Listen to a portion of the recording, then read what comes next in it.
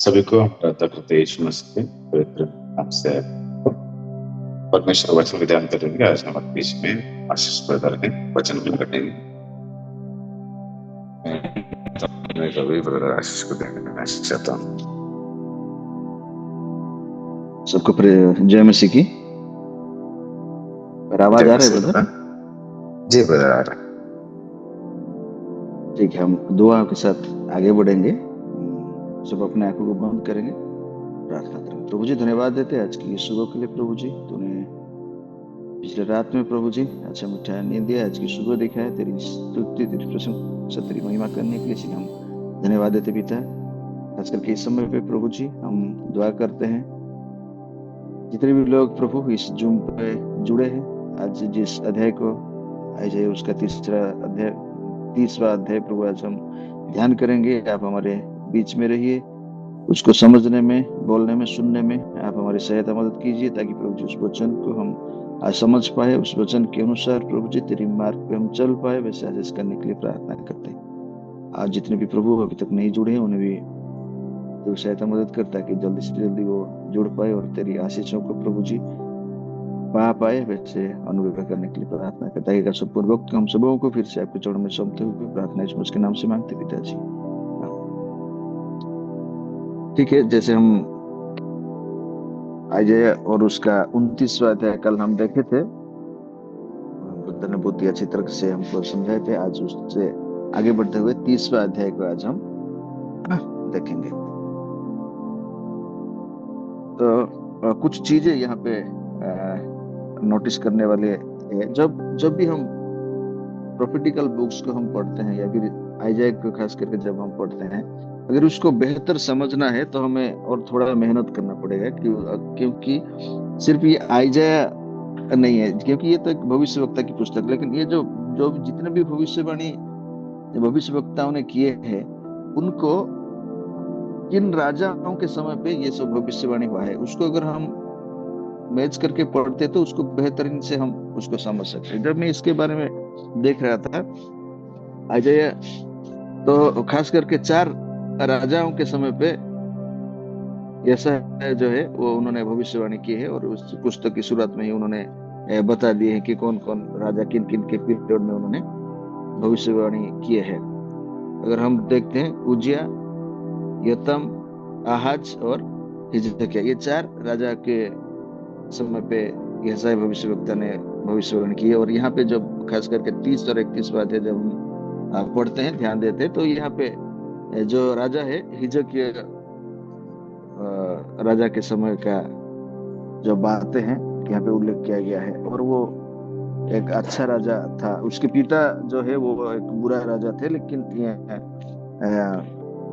यहाँ पे हम जब हिजकिय्याह के बारे में देखते तो वो एक अच्छा राजा के रूप में बाइबल में हमें देखने के लिए मिलता है।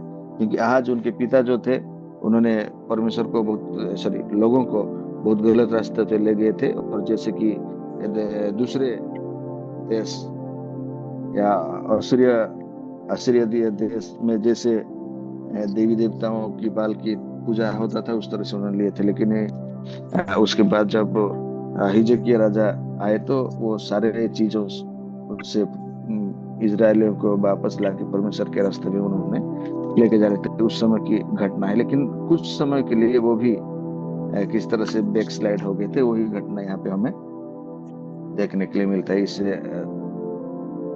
30वां अध्याय में। तो खास करके जब हम जो 6 वाव्स या फिर हाय, 6 हाय जो है वो हमें देखने के लिए मिलता है 28 अध्याय से लेकर 33वां अध्याय तक। और उसमें से जो चौथा हाय है वो 30वां अध्याय में हमें देखने के लिए मिलता है, जिसके बारे में हम आज यहाँ पे देखेंगे। पहला हाय 28वां अध्याय का पहली वचन में हम देखते हैं, दूसरा हाय 29 का पहला, और तीसरा हाय 29 का 15वां वचन, और चौथा हाय जो है आज हम देखेंगे 30वां अध्याय का पहला वचन, और 5वां हाय जो है वो कल 31वां अध्याय में हमें देखने के लिए मिलता है, और 6वां हाय जो है वो 33वां अध्याय का पहला वचन हमें देखने के लिए मिलता है। तो उसमें से इसी हाय की कड़ी में से चौथा जो हाय है उसके बारे में अब हम देखेंगे। कोई भी भविष्यवक्ता जब हाय किसी चीज के लिए कहता है, उसका मतलब वो गलत रास्ते से जा रहे हैं और परमेश्वर की रास्ते को उनको वापस मुड़ के आना पड़ता है। उस चीज को हमें देखने के लिए मिलता है। तो उसी के आगे जब हम बढ़ते हैं, जब दूसरे राजावली उसका 16वां अध्याय और 18वां अध्याय जब हम पढ़ते हैं, तो ये आइजाया उसका 30वां अध्याय को और भी बेहतरीन तरीके से हम समझ पाते हैं कि इसमें क्या, किसके बारे में कैसे बताया गया है बोल के। क्योंकि उस समय पे इजराइल का जो आत्मिक स्थिति कैसा था, और क्योंकि जब आइजाया, परमेश्वर आइजाया को यूदा या फिर जुदा का एक भविष्यवक्ता के रूप में चुना है, जो कि साउथर्न पार्ट ऑफ इजराइल में थे, मतलब जो दक्षिण भाग में जो जुदा था, वहां का एक भविष्यवक्ता के रूप में परमेश्वर ने आइजाया को चुना था। तो यहाँ पे जब हम देखते हैं, कुछ चीजें हैं उस समय पे अगर हम देखते हैं, तो एक शक्तिशाली देश था असीरिया, पर उस असीरिया के भय से उस समय पे यहूदा के लोग, जो कि परमेश्वर के लोग थे, और हिजकिय्याह भी राजा बनने के बाद लोगों को परमेश्वर के रास्ते पे वो लाया था। लेकिन यहाँ पे कुछ समय के लिए किस तरह से वो उस रास्ते को छोड़ के वो दूसरे रास्ते पे वो चले जाता है, उस चीज को यहाँ पे हम देखते हैं। उसके अगर थोड़ा सा हम पहले स्थिति अगर देखते, जब इजराइल और यहूदा अलग हो गए थे, और कुछ सालों के बाद इजराइल अराम देश के साथ मिलके यहूदा को लूटने की प्लानिंग करता है। और जब यहूदा को इस बारे में पता चलता है कि इजराइल और अराम देश मिलके यहूदा को लूटने की कोशिश कर रहे हैं, उस समय पे उसने क्या, किसके तरफ हो जाता है, इजिप्ट, मिस्र की तरफ वो चले जाता है, मिस्र का वो मदद मांगता है। लेकिन उसके बाद आने वाले समय पे जो असीरिया जो है वो पावरफुल हो जाता है, एक डोमिनेटेड कंट्री के रूप में उभर के आ जाता है। और उस समय पे वही ट्रिक यहूदा जो है वो अपनाता है। वो मिस्र के साथ क्या अपना अलायंस कर देता है, मतलब वो मिल जाते, दोनों मिलते हैं। मिस्र को बोलता है कि तुम मुझे मदद कर, हम दोनों मिल के साथ में रहेंगे और लड़ेंगे, और तो हम जीत जाएंगे, और उसके बदले में मैं तुझे बहुत सारे जो ऑर्नामेंट्स है, जो खजाना है, वो सारे मैं दे दूंगा। इस तरह से उनका डील होता है। और यहाँ पे हम देखते हैं मिस्र भी उस समय पे इतना शक्तिशाली नहीं था कि वो असीरिया का सामना कर पाए। लेकिन उनके पास जो टेक्नोलॉजी उस समय के अगर हम देखते, मतलब जो घोड़ा, ऊंट, हाथी, गधे, जो भी जानवर थे, वो सारे चीज उनके पास अवेलेबल थे। और उसकी वजह से यहूदा को लगता है कि अगर हम मिस्र के साथ हो जाएंगे तो असीरिया को उसका सामना हम कर पाएंगे। लेकिन उनके पूर्वजों को किस तरह से परमेश्वर ने अनुग्रह किया था, आशीष किया था, उनके साथ दिया था, और उनके चारों तरफ के जो भी दुश्मन थे, शत्रु थे, उनको उनमें से इजराइल को संभाल के रखा था, यहूदा को संभाल के रखा था। वो सारे चीजों को उस समय पे यहूदा जो है वो भूल जाता है। और परमेश्वर इस चीज से, इस निर्णय से वो संतुष्ट नहीं थे, खुश नहीं थे, क्योंकि परमेश्वर चाहते थे कि मुसीबत की घड़ी पे परमेश्वर के लोग परमेश्वर के पास जाए, ना कि किसी और के पास जाए। अगर हम देखते जो मिस्र है, यहाँ पे अगर मिस्र को हम देखते तो एक संसार की तरह से यहाँ पे दिखाया गया है। आज के समय पे कोई भी मसीह लोग जब मुसीबत में रहता, जिस समय वहां पे यहूदा क्या किया था, वो मिस्र पे डिपेंड हो गया था, मिस्र की तरफ, मिस्र से अपना सहायता का हाथ वो बढ़ाया था। आज के समय पे जब मसीह लोग किसी मुसीबत में होते हैं, किसी परेशानी में होती है, किसी मदद की जरूरत के स्थिति में आते हैं, तो क्या वो परमेश्वर की तरफ अपना आंख उठाते हैं, अपना हाथ बढ़ाते हैं, या फिर संसार की तरफ अपना हाथ बढ़ाते हैं। एक परछाई के रूप में हम मिस्र मिस्र को यहाँ पे देख सकते हैं, एक संसार की परछाई की तरफ से। क्योंकि अगर थोड़ा पीछे हम चले जाते हैं, अब्राहम, आइजक, याकूब के समय पे, तो ये जो इजराइल है याकूब का पीढ़ी है, या याकूब की जो 12 गोत्र थे, 12 बच्चे थे, उसमें से है। और वो जो मिस्र में आए थे, जब हम इतिहास देखते हैं, तो यही लगभग 70 प्राणी मिस्र में गए थे। और किस तरह से वहां पे थे, यूसुफ की तरह द्वारा परमेश्वर ने उनको वहां पे मिस्र पे लेके गया था, ये सारे कहानी ये आप सबको पता है, हम सब बार बार सुने हैं। और वो एक समय पे मिस्र पे जाके गुलाम बन गए थे, मिस्र के लिए वो कार्य करते थे।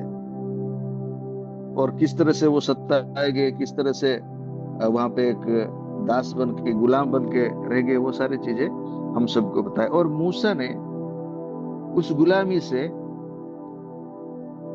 इजरायलियों को, उस समय पे यहूदा और इजराइल सब एक साथ में थे, तो यहाँ पे जब इजराइल का हम कहते हैं, उसका मतलब यहूदा भी उसमें इन्वॉल्व है।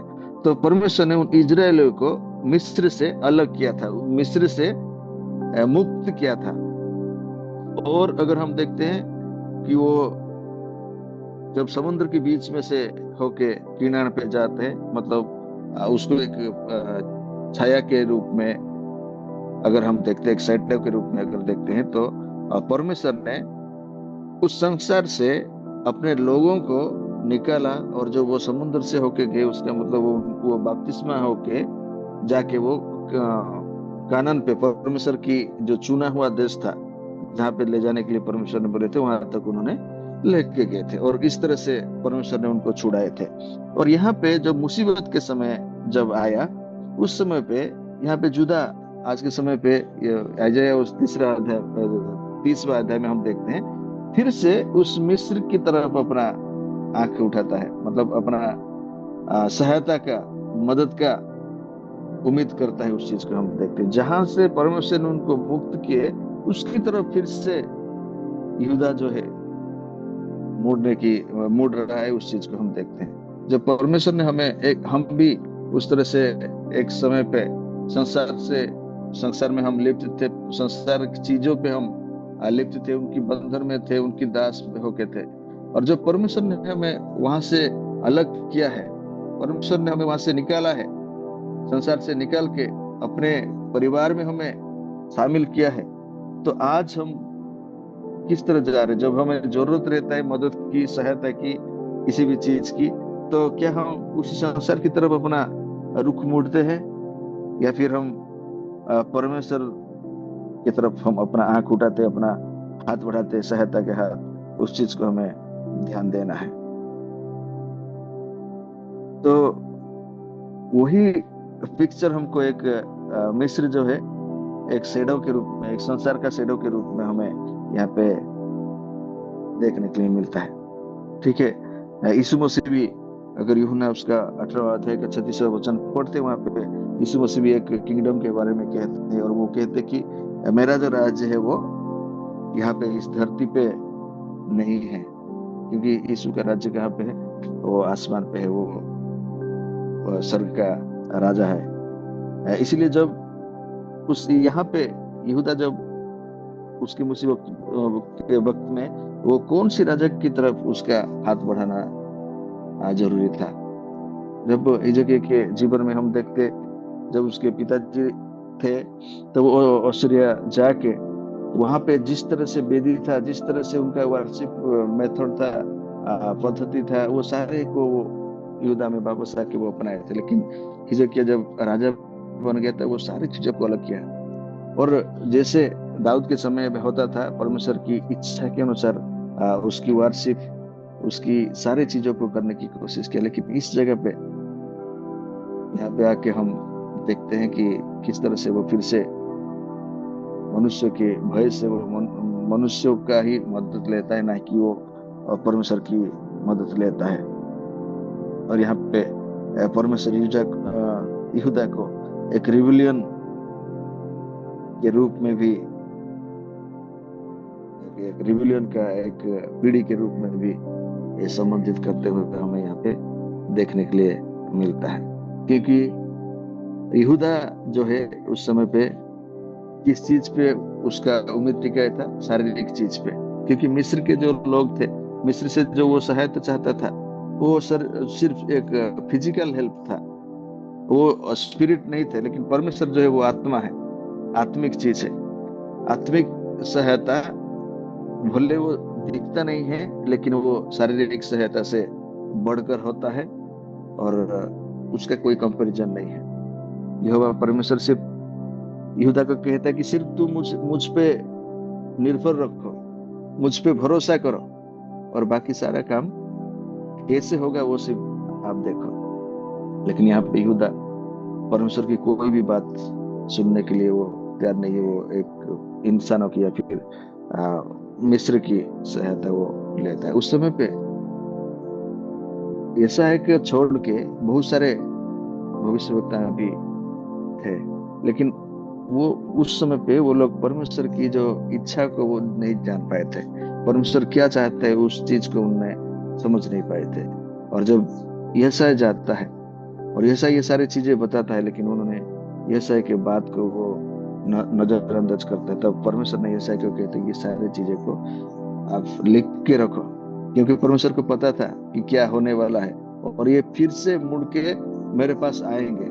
अगर हम देखते हैं, अगर ऐसी स्थिति या इंसानों के रूप में अगर कभी आता है, किसी को अगर हम कुछ सलाह देते हैं कि भाई ऐसे ऐसे करना चाहिए, वैसे ऐसे करना चाहिए, और वो जब कोई हमारे बात को नहीं मानता है, अपनी इच्छा से वो कार्य करते हैं, और आगे जाके जब उसमें वो सफल नहीं होते, तो कहीं ना कहीं एक मौका के रूप में हम उस चीज को देखते हैं और बोलते भाई मैंने तो पहले से ही बताया था कि ऐसे होगा, बोल के आपने मेरी कोई बात सुनना नहीं। लेकिन यहाँ पे परमेश्वर ने वैसे ही पहले से ही उन्होंने बता दिए कि आप इंसानों पे भरोसा मत करो, आप सिर्फ मेरी तरफ अपना सहायता का हाथ बढ़ाओ और मैं आप लोगों को सहायता करूँ। वो सुने नहीं। लेकिन परमेश्वर का रुतबा वैसे नहीं था जैसे इंसानों का रहता है। वो सिर्फ इसलिए यशायाह को लिखने के लिए कहते ताकि ये पीढ़ी के बाद जो भी पीढ़ी आएगा वो उनको ये पता चले कि परमेश्वर क्या चाहता था और ये यहूदा ने क्या किया था, और आखिरी में किस तरह से वो परमेश्वर के पास फिर वापस आ गए, और जो आने वाला पीढ़ी है वो हमेशा परमेश्वर पे ही निर्भर रहे। उस चीज को कैसे लोग समझ पाए, इसलिए वो लिखवाए। अगर हम देखते हैं बहुत सारे जगह पे हमें इस चीज को देखने के लिए मिलता है। जो मिस्र जो है, परमेश्वर के लोगों को एक तो पुराने समय पे वो एक बंधक के रूप में हम देखते हैं, इजराइल लोगों को अपने बॉन्डेज में रखा था और बहुत सारे काम करवाया था। तो मिस्र मतलब एक बुरी नेशन के रूप में हमें दिखाई देता है। लेकिन अगर हम ध्यान देंगे तो मिस्र जो देश मिस्र है उसके साथ परमेश्वर का कोई समस्या नहीं था, कोई प्रॉब्लम नहीं था। मिस्र को भी परमेश्वर बहुत प्यार करता है और बहुत वो चाहता है, और वो भी बहुत सारे चीज जगह पे हमें बाइबल में देखने के लिए मिलता है। अगर हम देखते हैं सुसमाचार में भी अगर हम देखते हैं तो जब जो यीशु जब बालक था, छोटा बच्चा था, उस समय पे अगर हम देखते हैं तो वो परमेश्वर ने यूसुफ को और मरियम को कहते हैं, यूसुफ को कहते हैं मरियम को और बालक यीशु को लेके मिस्र पे चले जा, जब तक कि यहूदा का राजा का यानी जो हेरोद राजा का जो क्रोध है वो शांत होते तक तुम लोग मिस्र में रहो। लगभग 2 साल वहां पे यीशु मसीह का जो बचपन का 2 साल है वहां पे मिस्र पे बीता है। अब वैसे अगर जिक्र उसका 14वां अध्याय अगर हम पाठ करते हैं, वहां पे भी लिखा गया है कि मिस्र के जो लोग हैं वो 1000 साल की जो मिलेनियम ईयर में वो और किस तरह से वो परमेश्वर के घर के पास आते हैं, उनकी उपासना करते, आराधना करते, उसके बारे में बताया गया है। और इसी आयजाया के उसका 19वां अध्याय का 25वां वचन जब हम पढ़ते हैं, वहां पे भी blessed be my people Egypt, मतलब मिस्र के जो लोग हैं वो धन्य है बोल के कहा गया। उस चीज को हमें देखने के लिए मिलता है। इसलिए खास करके जो मिस्र के साथ परमेश्वर का कोई दुश्मनी नहीं है। परमेश्वर हर एक व्यक्ति को, हर एक देश को, हर एक नेशन को वो चाहता है, प्यार करता है। जो भी लोग परमेश्वर को चाहते हैं, परमेश्वर उनको चाहते। जो भी लोग परमेश्वर के पास आते, परमेश्वर के नाम से उसकी स्तुति प्रशंसा उसकी महिमा करते, उनको परमेश्वर प्यार करता है और अपने वचन के अनुसार उनको अनंत जीवन देता है। इसलिए कोई व्यक्तिगत रूप से मिस्र के साथ परमेश्वर का कोई ये समस्या नहीं था, बल्कि परमेश्वर ने मिस्र को बहुत सी जगह पे उपयोग किया है इजरायलियों को या यहूदा को सबक सिखाने के लिए, जिस तरह से वो परमेश्वर से दूर हो जाते थे। और यहाँ पे हम देखते हैं जो परमेश्वर की समस्या था, वो चाहे वो इजराइल हो चाहे वो यहूदा हो, जब समस्या आता था, जब कुछ मदद की जरूरत होता था, उस समय पे वो किस पे भरोसा करते हैं?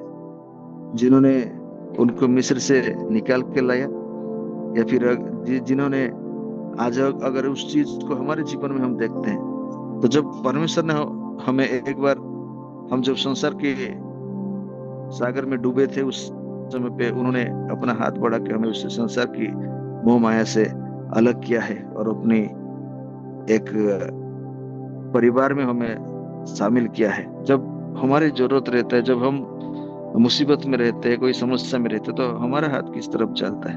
क्या संसार की तरफ फिर से हम अपना हाथ बढ़ाते हैं, या फिर उस परमेश्वर जिन्होंने हमें उद्धार किया है उनके तरफ हमारा हाथ बढ़ाते हैं? जिससे मिस्र के पास उस समय पे बहुत सारे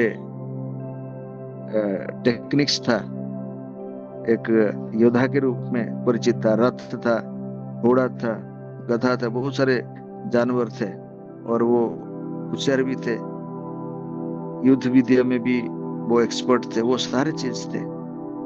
लेकिन वो सिर्फ इंसानों के लिए, इंसानों के साथ लड़ने का क्षमता रखते थे। आज भी सांसारिक चीजों में वही चीज हमें मिलता है। सांसारिक रूप से, सांसारिक आंखों से जब हम देखते हैं, तो ये बहुत टेक्नोलॉजी के तौर पे हो या फिर मिसाइल के तौर पे हो, बहुत सारे सामर्थ्य रखता है, लेकिन वो सिर्फ सांसारिक चीजों पे ही इसका कंट्रोल है। आत्मिक चीजों पे जो है वो परमेश्वर का कंट्रोल है। अगर हम आत्मिक चीजों पे निर्भर रखते हैं, या फिर हम आत्मिक को हम समझ पाते हैं, तो ये सांसारिक चीजें हमारे लिए एक शून्य के बराबर, कुछ नहीं के बराबर बन जाएगा। इसलिए जब मुसीबत की वक्त पे या जब सहायता का घड़ी आता है, तो हमारा आंख हमेशा परमेश्वर की ओर होना चाहिए, ना कि संसार की ओर होना चाहिए। यहूदा ने अगले समय पे हम देखते हैं किस तरह से वो वापस परमेश्वर की ओर आया था और परमेश्वर ने उसको खुशी से अपनाया था। वही अगर 21वां वचन जब हम पढ़ते हैं, वहां पे बहुत ही अच्छी तरह से बताया गया है, जो लोग परमेश्वर के पास आते हैं उनको परमेश्वर किस तरह से स्वीकार करता है। जब कभी तुम दाहिने या बाएं ओर मुड़ने लगे और तुम्हारे पीछे से यह वचन तुम्हारे कानों में पड़ेगा, मार्ग यही है, इसी पर चलो। तो यहाँ पे अगर हम गौर देंगे, तो यहाँ पे कहा गया है, जब कभी तुम दाहिने या बाएं ओर मुड़ने लगे, तब तुम्हारे पीछे से यह वचन तुम्हारे कानों में पड़ेगा। यहाँ पे हम देखते हैं, तुम्हारे पीछे से यह वचन कानों में पड़ेगा। जब हर कोई चाहता है कि जब परमेश्वर हमें अगुवाई करेंगे, तो हमारे आगे से वो अगुवाई करे, हमारे सामने रह के वो अगुवाई करे। लेकिन यहाँ पे जो वचन दिखा गया कि तुम्हारे पीछे से ये आवाज आएगा, ये पीछे से आवाज आने की जो बात कहा गया है, इसका मतलब इस समय पे यहूदा जो है परमेश्वर से क्या कर दिया था, पीछे मुड़ गया था। और जब परमेश्वर से पीछे मुड़ा है, तो आवाज जो है वो पीछे से ही आता है। जब भी किसी चीज को हम पीछे मोड़ देते हैं, तो वो चीज हमारे पीछे रहता है। और उस घड़ी पे परमेश्वर यहाँ पे कहता है कि तुम्हारे पीछे से ये आवाज है, मतलब भले तुम मुझे छोड़ दो, लेकिन परमेश्वर कहता है कि मैं तुम्हें नहीं छोड़ूंगा। उस समय पे यहूदा भले ही मिस्र के तर और बढ़ा था, लेकिन परमेश्वर ने यहूदा को नहीं छोड़ा था, क्योंकि परमेश्वर को पता था ये अपने योजना में कभी सफल नहीं रहेगा, फिर से इसको मेरे पास आना है। और परमेश्वर हमेशा उसके साथ साथ था। और जब यहूदा को पता चला कि वो जो किया है वो गलत किया है, क्योंकि वो, अगर हम देखते हैं कि 11 टन चांदी और 1 टन सोना जो है हिजकिया मिस्र को दिया था, सॉरी अश्शूरियों को दिया था उन पे अटैक ना करने के लिए, लेकिन वो सारे व्यर्थ हुआ, वो कोई काम नहीं आया। यहाँ तक कि जो 1 टन सोना जो दिया गया था, वो जब 1 टन पूरा नहीं हो रहा था तो यरूशलेम मंदिर में जो सोना छिपका गया था उसको भी उखाड़ के दिया गया था, लेकिन वो इसी प्रकार से उनके काम में सहायता में नहीं आया। और वो जो परमेश्वर की ओर मुड़ते हैं, परमेश्वर उनको खुशी से अपनाता है। मेरे प्रियो, आज बहुत सारे समय पे हम परमेश्वर से मुड़ जाते हैं, परमेश्वर के बजाय इस सांसारिक चीजों पे हमारा ध्यान भटक जाता है, हमारा सहायता मदद हम सांसारिक चीजों से हम ढूंढते हैं। लेकिन इस अध्याय में हमें सीख मिला है, हम कितना भी सांसारिक चीज से मदद हमें मिले, वो कभी भी हमारा जो परेशानियां है, समस्या है, वो समाधान नहीं हो पाएगा। लेकिन जब हमारा आंख, हमारा हाथ अगर परमेश्वर की तरफ है, तो परमेश्वर हमेशा हमेशा मदद करने के लिए तैयार है। तो आज मुसीबत की घड़ी पे हम किसकी तरफ हम जाते हैं, किसका हम बाट जोहते हैं, या सांसारिक चीज का, या फिर उस परमेश्वर का जो हमेशा हमें सहायता मदद करने के लिए तैयार है। आज हम अपने आप को देखेंगे, हम अपने आप को जांचेंगे कि हम यहूदा की तरह बैकस्लाइड हो गए हैं, सांसारिक चीजों को इंपोर्टेंस दिए हैं, या फिर हम परमेश्वर की ओर अपना आंख लगाए हैं कि हमारे सहायता वहां से आएगा। और परमेश्वर हमेशा हमें सहायता करने के लिए तैयार है। तो जब हम उस रास्ते को, जिस रास्ता में हमें चलना है, परमेश्वर ने जो वो रास्ता दिया है, वो मार्ग दिया है, तो हम उसी पे चले, तो हमेशा परमेश्वर एक आत्मिक रूप से हमारे सहायता होके हमारे साथ में रहा है, और वो हमेशा हमें मदद करेगा। हमें सांसारिक चीजों से जैसे दिलासा मिलता है, जैसे सांसारिक शांति है, वैसा नहीं। यीशु मसीह ने कहा, मेरा शांति तुम्हें छोड़ के दे के जा। उसका जो शांति है वो परमानेंट है, वो टेम्पररी नहीं है, कुछ क्षण के लिए, कुछ पल के लिए ऐसा लिमिटेड नहीं है, मतलब वो अनलिमिटेड है।